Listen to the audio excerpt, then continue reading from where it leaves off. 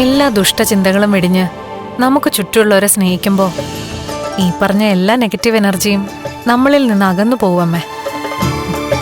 ആരെങ്കിലും നമ്മളെ മനഃപൂർവ്വം അപായപ്പെടുത്താൻ ശ്രമിച്ചാൽ അത് നമ്മൾ പ്രാർത്ഥിക്കുന്ന ശക്തി നേരത്തെ മനസ്സിലാക്കിയിട്ട് നമുക്കൊപ്പം നിൽക്കുകയും ചെയ്യും. അതെന്റെ അനുഭവമാണ്. കർക്കിടകം തുടങ്ങിയ പിന്നെ എനിക്ക് ഒരിക്കലാ മോളെ. എന്നുവച്ചാ ചെയ്തു കൂട്ടിയ പാപങ്ങൾ ഒരുപാടാ. പ്രത്യേകിച്ച് മോളുടെയും കണ്ണന്റെയും കല്യാണത്തിന് ശേഷം. കണ്ണിച്ചോരയില്ലാത്ത എന്റെ ആങ്ങളുടെ വാക്ക് കേട്ട് കണ്ണൻ ആ മരുന്ന് മാറ്റി കൊടുത്തില്ലായിരുന്നെങ്കിൽ എന്നെ എന്റെ കണ്ണൻ നടന്നു തുടങ്ങിയേനെ.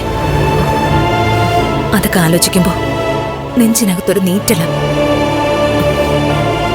എന്തായാലും മോൾ പ്രാർത്ഥിക്കേ. എന്റെ അയ്യപ്പസ്വാമി.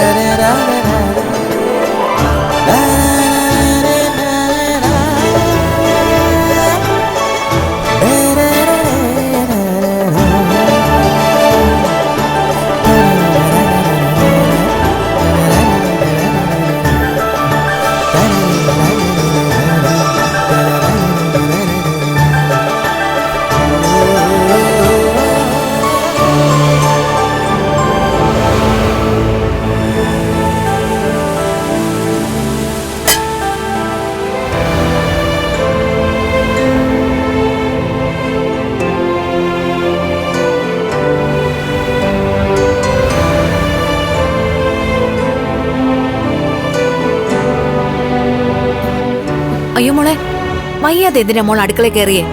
എനിക്ക് ഒരു കുഴപ്പമില്ല. എന്റെ വീട്ടിലെ ഞാനാ ഇതൊക്കെ ചെയ്യുന്നേ. മോളെ, ഇവിടെ വരുമ്പോ എന്തിനാ ഇങ്ങനെയൊക്കെ ചെയ്യുന്നേ? അടുക്കള ജോലിയൊക്കെ ചെയ്യാൻ ഞാനില്ലേ ഇവിടെ? അമ്മേ, എനിക്ക് വിശ്വാസമില്ല.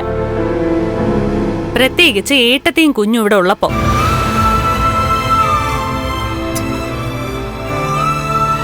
കുഞ്ഞെ ഇതൊന്നും കഴിക്കില്ല. എങ്കിലും ഏട്ടത്തിയുടെ കാര്യം നോക്കണമല്ലോ. അതുകൊണ്ടാ ഞാൻ ഇങ്ങോട്ട് വന്നത്.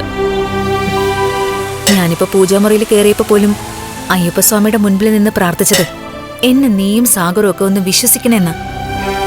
അതിനെ കുറച്ച് സമയം എടുക്കും അമ്മേ. എന്നെയും കണ്ണേട്ടനെയും ഒരുപക്ഷെ അമ്മയ്ക്ക് സ്നേഹിക്കാൻ കഴിഞ്ഞേക്കും. പക്ഷേ സാഗരേട്ടനെയും ഏട്ടത്തെയും അതുപോലെ തന്നെ നീലമോളെ ഒന്നുമേ അമ്മ എത്ര കണ്ട് സ്നേഹിക്കുന്നുണ്ടെന്ന് പറയാൻ പറ്റില്ല. എനിക്ക് അമ്മയെ ഒട്ടും വിശ്വാസമില്ല. എന്താ മഞ്ജു ഇത്? തൊട്ടേനും പിടിച്ചേനും ഒക്കെ അമ്മ ഇങ്ങനെ വിഷമിപ്പിക്കണം?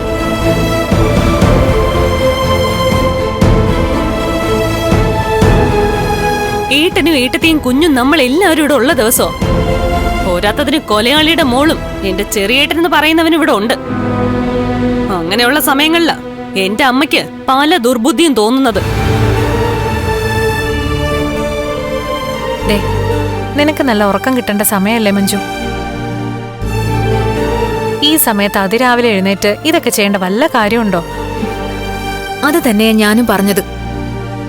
എന്തായാലും ഏട്ടത്തെയും കുഞ്ഞും ഇവിടെ ഉള്ളപ്പോ അമ്മ അടുക്കളയിൽ കയറണ്ട. ഏട്ടത്തി ഇന്ന് ഫിനാൻസിയേഴ്സിലേക്ക് പോവല്ലേ? ആ സമയത്തെ കുഞ്ഞിനെ ഇവിടെ അമ്മയുടെ കയ്യിൽ ഏൽപ്പിച്ചിട്ടൊന്നും പോവല്ലേ. ഞങ്ങൾ ഇന്നൊരു ദിവസം നിൽക്കുന്നത് പോലും ലേഖയ്ക്ക് സഹിക്കാൻ പറ്റിയിട്ടില്ല. അതുകൊണ്ടാ ഞങ്ങൾ ഇവിടെയാണെന്ന് നിന്നെ വിളിച്ചു പറഞ്ഞത്. അങ്ങനെയുള്ളപ്പോ ലേഖയുടെ കയ്യിൽ കുഞ്ഞിനെ കൊടുത്തിട്ടേ ഞങ്ങൾ പോകത്തുള്ളൂ. കുറച്ചു കഴിയുമ്പോൾ ഞങ്ങൾ ഇറങ്ങും. അതുവരെ അമ്മ കുഞ്ഞിനെ നോക്കുന്നതും പാചകം ചെയ്യുന്നതും തെറ്റാണെന്ന് എനിക്ക് തോന്നുന്നില്ല. ഓണാ വരുന്നത്. ഓണം കരണേ അവളുടെ അച്ഛനുമായിട്ട് അലമ്പി കളയുന്നതായിട്ടേ ഞാൻ ഇടയ്ക്ക് സ്വപ്നം കണ്ടായിരുന്നു.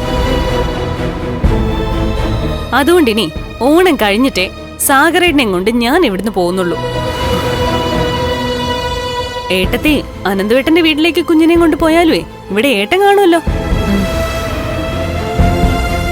പിന്നെ എന്റെ ആങ്ങളെയും ഭാര്യയും വന്നതുകൊണ്ടേ കണ്ണേട്ടന്റെ കാര്യവും അത്ര സുരക്ഷിതമല്ല. കഴിഞ്ഞൊരു ദിവസം AC-യിൽ വിഷവാതകം കടത്തി വിട്ടതൊക്കെ അത്ര പെട്ടെന്നൊന്നും എനിക്ക് മറക്കാൻ പറ്റില്ല എടുത്തി. ആ സമയത്തെ അമ്മയും അവിടെ ഉണ്ടായിരുന്നു. അമ്മയുടെ അറിവോടെ അല്ല അതൊന്നും നടന്നതെന്നാ അമ്മ ആണയിട്ട് പറയുന്നത്. പക്ഷെ അത് പൂർണ്ണമായിട്ട് വിശ്വസിക്കാനൊന്നും എനിക്ക് പറ്റില്ല.